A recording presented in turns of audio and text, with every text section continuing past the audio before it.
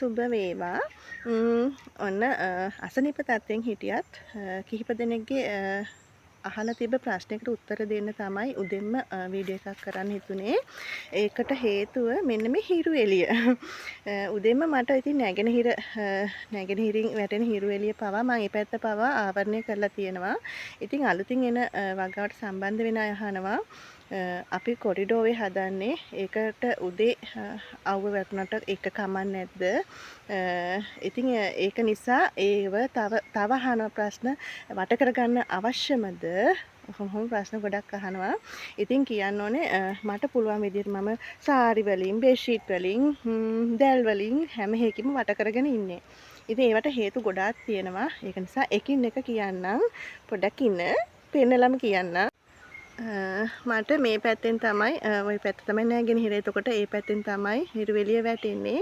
ඒ වුණත් මම මේ විදිහට කවර් කරගෙන තියෙනවා. එහා පැත්තේ තාප්පේ තිබ්බත් මම කවර් කරගෙන තියෙනවා.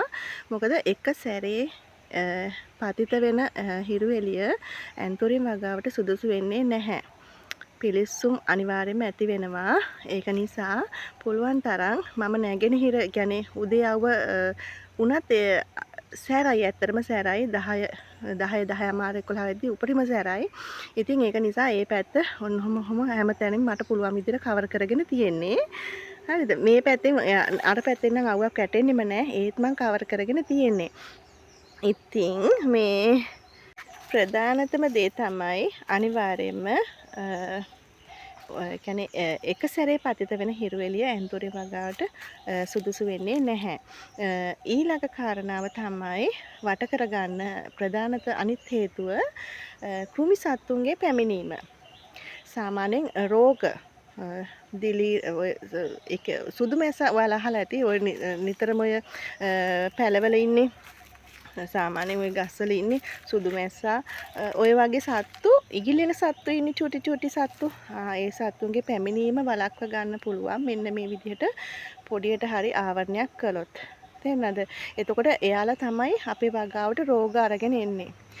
විශේෂයෙන් පිටි මකුණා එහෙම. එතකොට දැන් කූඹි නම් ඉතින් කොහොමද ඉන්නවා. ඒවට ඉතින් අපි කෘමිනාශකයක් අපි ගහනවනේ. ඒ කෘමිනාශක ස්ප්‍රේ කරද්දී වගාවේ කියන්නේ වටේටම තවාන වටේටම ස්ප්‍රේ කරාම ඒක ප්‍රශ්නයක් වෙන්නේ නැහැ. හරිද? එතකොට මම ඔන්න ඔය හේතු ඒ කියන්නේ හුලගත් එක්ක එන ලෙඩ අවම කරගන්නත් එතකොට චූටි කෘමි සත්තු එන එක අවම කරගන්නත් එක සැරේ පතිත වෙන හිරු එළිය නැති කරගන්නත් ඊට අමතරව වට කරගත්තේ තමන්ගේ බිස්නස් එක නේද? එතකොට හැමෝම මේකට එන්න ගත්තොත් ඒක හරියන්නේ නැහැ. තමන්ගේ වගාව තමන් රැකගන්න ඕනෙමයි. නේද? ගමනක් යන්න ඕන නම් අපි මේක රැකගෙන යන්න ඕනේ.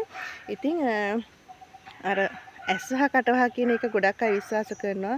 ඉතින් එහෙම හේකුත් තියෙනවා මල්නේ. මලක් දැක්කොත් ඕනම කෙනෙක්ට ආසාවක් ඇති වෙනවා. ඉතින් ඒකත් එක්තරා හේතුවක් වට කරගෙන ඉන්න එක. ඒතකොට කාටත් මේක පේන්නේ නැහැ. අනිත් එක තමයි සත්තුන්ගේ පැමිණීම. ඒ කියන්නේ කෘමි සත්තු නෙමේ බාල්ලෝ පූසෝ හිටපු ගමන් දුවගෙන එනවනේ. එතකොට සමහර අර තලගොයි ওই සත්තුවම මේක පෝචි ටිකත් එක්ක පෙරලගෙන යනවා. එතකොට අපේ මහන්සිය වතුරේ.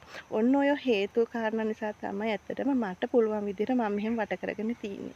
ඒක නිසා ඔයාලටත් කියන්නේ ඔයාලා අනිවාර්යයෙන්ම කවදාද පටන් ගන්න හිතන්නේ පොඩියට හරි නෙට් හවුස් ගහන්නම අවශ්‍ය නැහැ. ඇත්තටම අදටත් මම නෙට් හවුස් එකක් නැහැනේ මට ලොකුවට නැහැ.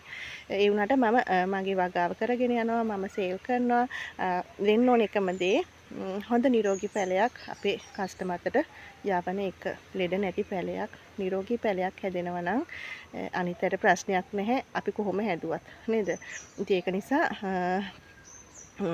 හැබැයි ගස් යට හදන්න එක මම අනුමත කරන්නේ නැහැ. මොකද හොඳින් හිරු එළිය වැටෙන තැනක් තෝරගන්න තමන්ට පුළුවන් විදිහට සාරි යටින් මම අවුරුද්දකට වැඩිය මම මගේ වගාව කරගෙන ආවා. අදටත් ඉතින් ওই දැල් කෑලි එහෙම් මෙහෙන් අමුණලා මට පුළුවන් විදිහට මම කරගෙන යනවා. කාටවත් බරක් වෙන්නේ නැහැ. ඉතින් කියන්න ඕනේ අනිවාර්යයෙන්ම වට කරගන්න, පිරිසිදුව තියාගන්න. එතකොට තවාන වගේම තවානේ පිටතත් පිරිසිදුව තියාගන්න. එතකොට ගොළු වෙලි හානිය අවම වෙනවා. ඔන්න ඔය හේතු කාරණා නිසා තමයි මම නම් මගේ වගාව මේ විදිහට සාරි බෙඩ්ෂීට් ඔක්කොගෙම වට කරගෙන ඉන්නේ. ඒක ඉතින් මට ලැජ්ජාවක් නෙමේ. ඇත්ත කියන එක ඇත්ත පෙන්නන එක ඒක ලැජ්ජාවක් නෙමේ. බොරු කරොත් තමයි අපි ලැජ්ජ වෙන්න ඕනේ. ඉතින් ඔන්න ඔයාලත් ඔයාලගේ වගාව අනිවාර්යයෙන්ම පටන් ගන්නකොටම පොඩියට හරි වට කරගන්න පිරිසිදුව තියාගන්න. ඉතින් මගේ ඒවා ඔක්කොම බිම තියෙන්නේ පෝච්චි පවා ඒ වුණාට එයාලගේ පාඩුවේ නිදහසේ ඉන්නවා.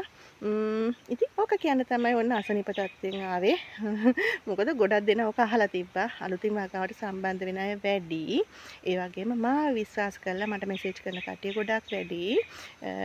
වොයිස් එක ටිකක් අවුල්. ගොඩක් අසනීපෙන් ඉන්නේ. හරි එහෙනම් කට්ටියටම ජය වේවා. කරන කියන ව්‍යාපාර දිනුවෙන් දිනුවටපත් වේවා කියලා ඔයාලටත් ආශිර්වාද කරනවා. එහෙනම් අනිවාර්යයෙන්ම වට කරගෙන සාරි වලින් හරි කමන්නේ වට කරගෙන ඔයාගේ වගාව රැක ගන්න. බුදු සරණයි.